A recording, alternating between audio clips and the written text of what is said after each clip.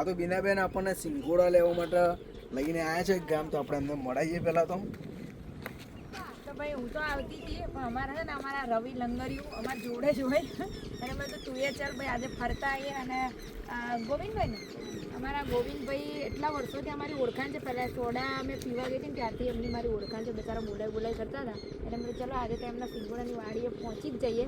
તો ભાઈ આટલા બધા તો સિંગોડા કેટલા બધા ઓળીને લઈને આવ્યા છે. તો ગોવિંદભાઈ અહીંયા શું તમારે કઈ રીતનું હોય છે? આના અંદર જે ઉનાળામાં પ્રોસેસ થાય છે, ઉનાળામાં એનું સાફ સફાઈ કરવામાં આવે. પછી અષાઢ મહિનો આવે જ્યારે પહેલો વરસાદ થાય ત્યાંના વેલા લાવીને અંદર વાવેતર કરવામાં આવે. વાવેતર કર્યા પછી એની માવજત કરવામાં આવે. પછી દિવાળી પર સિંગોડા ચાલુ થાય. પછી એક ઉત્તરાયણ સુધી ચાલે. ઓરિજિનલ દેશી સિંગોડા, નેચરલ દેશી સિંગોડા એકદમ મસ્ત. અને ભાઈ જેને બી લેવા હોય સોના 1.5 કિલો મળે છે.